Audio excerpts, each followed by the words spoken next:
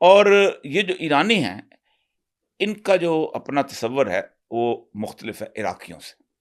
ये अपनी सारी की सारी इनका बेस बनता है लेबनान के तशय्युओं के साथ। सही है। दोनों में एक फ़र्क है। जो इराक का शिया है, वो कहता है कि एक अरसे के बाद जब वक़्त आएगा, तो आखिरुज़्ज़मान जो है इमाम मेहदी वो तशरीफ़ लाएँगे, तो वो आके जो चाहेंगे वो करेंगे, तो हमें उस वक़्त तक मामला आराम। हुँ, इसीलिए वहाँ जुमा नहीं पढ़ाया जाता, क्योंकि जुमा जो है वो कहते हैं एक इज्तिमाई नमाज़ है और वो जुमा सिर्फ़ और सिर्फ़ इमाम मेहदी पढ़ाएँगे। हुँ। इसी तरह मशहद में आप चले जाएँ, तो मशहद में मुसल्ले पे इमाम खड़ा नहीं होता, बल्कि अच्छा। सामने मुकब्बर खड़ा होता है। वो अल्लाहु अकबर, समिअल्लाहु लिमन हमिदा, अल्लाहु अकबर कहता है। वो मुसल्ला खाली रखा जाता है कि मसला जो है इमाम मेहदी का है, जब आएँगे तो हुँ, वो इस पे इमामत करेंगे, इस पे और कोई नहीं बैठ सकता। लेकिन ये जो ईरान का इनकलाब है, जो शियत है, ये उससे मुख्तलिफ है। हुँ। इनका एक तसव्वुर है विलायत फ़क़ीह का, विलायत फ़क़ीह, बिल्कुल। और वे कहते हैं कि जब तक इमाम मेहदी नहीं आता, हमारी ज़िम्मेदारियाँ, वो जो मर्जे है, हुँ, उसकी ज़िम्मेदारियाँ ख़त्म नहीं होती, और वो मर्जे जो है, वो इमाम मेहदी के आने की राह हमवार करेगा। क्योंकि इमाम मेहदी ने कल आना है, उस वक़्त के दौर के लोग जाने, मुझे मेरे दौर के बारे में पूछा जाएगा कि तुमने क्या किया? हुँ, और इस तसव्वुर को सबसे मज़बूत किया था, वो किया था डॉक्टर शरीयती ने। हुँ। डॉक्टर शरीयती ने एक जगह बनाई थी अपना, हुसैनिया इरशाद, सही है। और हुसैनिया इरशाद जो था, उसके अंदर उसने बाकायदा डिबेट्स करवाता था, और वो कहता था कि शियत 2 किस्म की है, तशीए सफ़वी और तशीए अलवी। हुँ, हज़रत अली की शियत और जो सफ़वी ख़ानदान की शियत। एक का रंग सुर्ख है, हज़रत अली का शियत का रंग सुर्ख है, और सफ़वी का रंग काला है। हुँ, हज़रत अली की शियत क़याम है, खड़ा होना, बातिल से मुकाबला करना, और ये गिरिया है।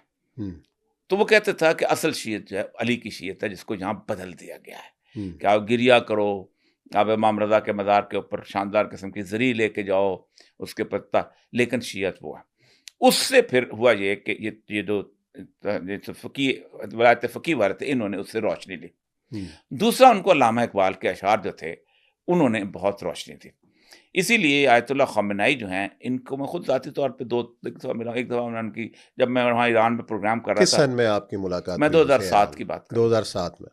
अभी वहाँ वो हंगामे नहीं शुरू हुए थे जो आज़ाद ख़याली वाले। हुँ, तो 2007 में वहाँ अल्लामा इक़बाल के ऊपर मैं प्रोग्राम कर रहा था टीवी के।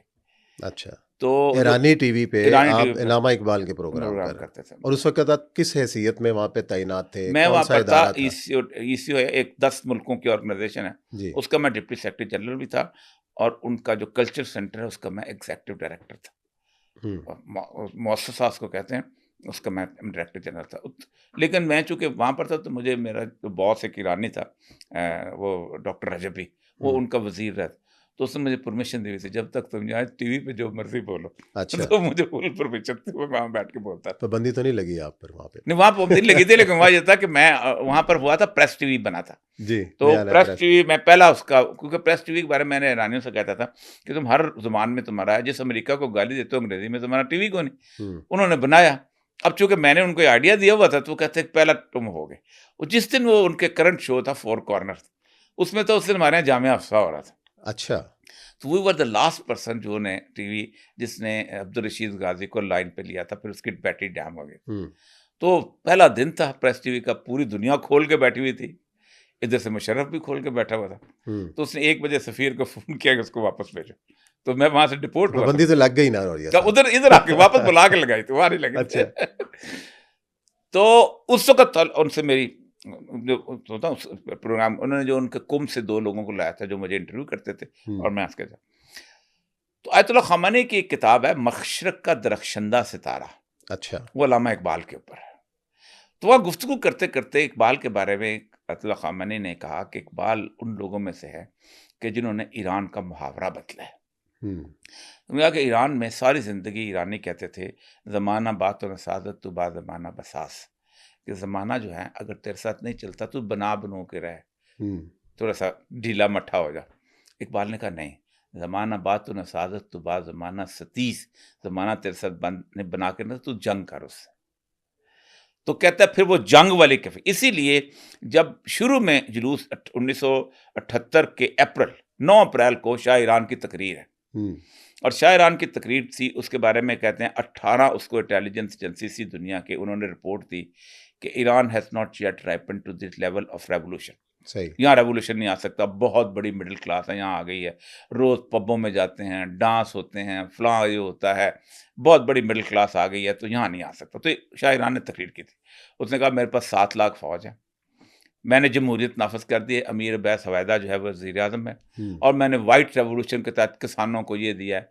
तो जिस वक़्त वो तकरीर कर रहा था, तो 100 लोगों का, लड़कों का तेहरान यूनिवर्सिटी से जुलूस निकल रहा था, और वो 9 महीने के बाद टॉपल हो गया।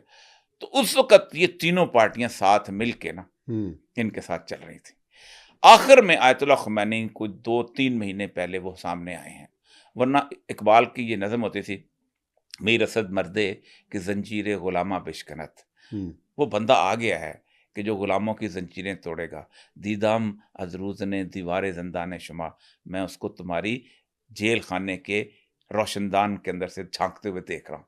तो ये अच्छा। उनका बड़ा मशहूर शेर था, जिसको फिर आयतुल्लाह ख़ुमैनी की जब तकरीरें आई तो उसके साथ मिला के वो सुनते थे। और फिर उसके बाद आपको पता है वो जैसे उनकी आमद हुई, लेकिन उसके बाद इनकलाब को कंसोलिडेट करना सबसे मुश्किल काम होता है। इनकलाब आ जाता है, लेकिन उसको आगे लेके कंट्रोल जाना, करना, कंट्रोल। उसको कायम आप रखना। देखें चीन के अंदर माओ ज़ेडुंग इनकलाब ले आया था, लेकिन उसको फिर 8 साल कल्चरल रेवोल्यूशन लाना पड़ा, कुछ 3 करोड़ बंदा मारना पड़ा। जो अफीमी थे उनको पकड़ते थे, पकड़ के डाल के उसमें अपना जहाज में रखते थे, जहाज डुबो देते थे। 4 3 साढ़े 3 बल्कि लोग तो ज़्यादा समझते हैं, बहुत जुल्म हुआ है। इसीलिए हुआ ये है कि मैं जब चाहे चीन गया था ना, तो माओ ज़ेडुंग का जो है ना, देखा होगा आपने, जी, जी। तो वहाँ चाहे उसको टोपी माओ ज़ेडुंग की जो हम कभी लगाया करते थे, वो कोई खरीदता ही नहीं था चीनी। तो मैंने से पूछा, यहाँ चीनी कोई नहीं, कहता ये तुम बाहर आने वाले खरीदते हो, हम कोई नहीं खरीदते इसको, हमारे लिए वो। तो वहाँ भी ये हुआ कि कैसे करें। तो इन्होंने सबसे पहले जो इनका टाकरा हुआ वो हुआ तोदे पार्टी के साथ। अच्छा। और मुजाहिदीन खल्क के साथ। पहले तो उन्होंने 32,000 बंदा जो था, जो फौज के अंदर था, जो ब्यूरोक्रेसी के अंदर था, बाकी वो सबको उनको मार दिया। आपको याद होगा आयतुल्लाह खलखाली होता था जी। वो सुबह सवेरे 15-16 बंदों का नाश्ता करता था। आज जितने जर्नैल मार दिए या जितने सेक्रेटरी मार दिए या जितने ये कर दिए, तो 32,000 बंदे वो खत्म कर दिए, अपनी ब्यूरोक्रेसी लेके आ गए। सही। वहाँ कोई पब्लिक सर्विस कमीशन नहीं है। वहाँ अगर सफ़ीर लगना है तो आपको कुम से पर्ची आएगी, आप सफ़ीर लग जाएंगे। उसके बाद उन्होंने इनके साथ मामला करना था, ये बनी सदर वगैरह आपको याद होगा, जी, जी। आदिलज़ादे, ये सारे। इन्होंने उनको कहा कि ये अमेरिकी एजेंट है। वो चीखते थे, हम तो अमेरिका के खिलाफ 25 साल से लड़ रहे हैं। फिर उन्होंने कहा ये अमेरिकी एजेंट भी हैं और मुनाफिकीन भी हैं। अच्छा। क्योंकि असल मसला यह है कि वहाँ अहले तशय्युअ में मुनाफिकीन की बहुत बड़ी, मुनाफिकीन को वो खारजी कहते हैं कि हज़रत अली के खिलाफ, क्योंकि हज़रत अली से अलहदा हुए थे खारजी, तो खारजी क्या 51,000 बंदा हो गया उन्होंने पकड़ा। और आयतुल्लाह ख़ुमैनी का एक ऑर्डर है, एक रात के अंदर उनको फांसी दे दी। उसके बाद इनकलाब की जड़ें मजबूत करने के लिए 2 ऑर्गेनाइजेशन बनाई, एक थी पासदारान इनकलाब और दूसरी थी बसीज। पासदारान इनकलाब वो थे कि जो फौज की तकरीबन रिप्लेसमेंट थी, कि अगर कोई थोड़ा सा भी हमारा इनकलाब को इधर उधर करने के लिए कोई जर्नैल उठता है तो ये पूरी की पूरी फौज के ऊपर एक चेक है। और ये वो थे कि जिनके पास रेगुलर आर्म इतने ज्यादा थे कि जिसके हिसाब है, जिसको कासिम सुलेमानी जिसका हेड था। दूसरा उन्होंने बसीज बनाया, ये वॉलंटियर थे, लेकिन इनको साथ, जैसे हर एनजीओ जो है वो कहते हैं हम वॉलंटियर हैं, लेकिन तनख्वाह सारे ले रहे होते, पूरी दुनिया में ले रहे होते, तो वो तनख्वाह देते थे उनको। इनका काम था मॉरल चेकअप। मतलब मेरे घर में डिश लगी हुई थी, जो मेरा बंदा जो रिपेयर करने के डिश आता था वो बाकी खुफिया भी रिपेयर करता रहता था। अच्छा। तो मेरे साथ उसने मुझे रिक्वेस्ट की हुई थी कि जब मुझे पुलिस वाले पकड़ें तो वो पूछें कि ये अभी आपकी डिश रिपेयर कर दे, तो आप झूठ बोल दीजिए कि मेरी डिश रिपेयर करके गया। अच्छा। तो वो उसका हाथ तीसरे दिन पुलिस वाला को फोन आता था कि, तो फिर एक दिन मुझे पुलिस वाला आ गया, कहता आपकी डिश रोज खराब हुई होती है। मैंने कहा मैं क्या करूँ, डिश ईरानी माल है ही ऐसे। हंस पड़ा, कहता मुझे पता है लेकिन हम क्या कर।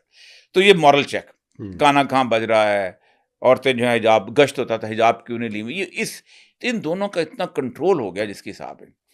फिर जब ये इराक ईरान वॉर शुरू हुई है, उसने इन्होंने और मुतहद कर दिया, उसमें ईरानियन नस्ल जो था ना उसका सामने आया। ये तो हमेशा से नहीं रहा कि ईरान का ईरान और प्राइड है, इराक और अजम का, जो है ना, अजम और अरब का जो था, अरब और सदियों पुरानी तारीख है इनकी। इसीलिए जब अमेरिका ने इराक फतह किया, ईरान को बाकायदा मौका दिया, दे टुक ओवर।